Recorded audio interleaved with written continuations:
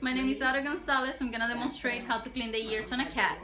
I have my ear cleaner. I check at the date, make sure that it's not expired.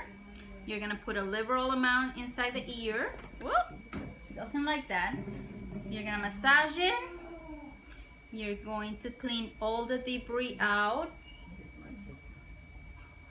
Ew.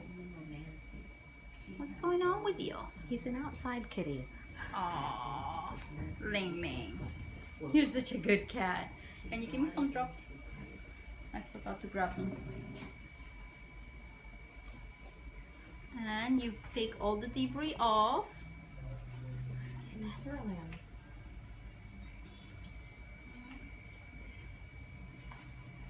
And just like with the dog, you want to make sure that the ears are clean before you put the medication.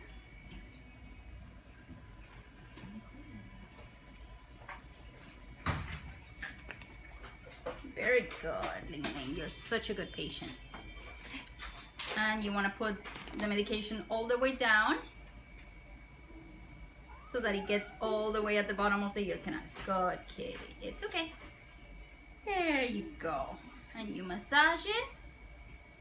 And he's all done. Thank you.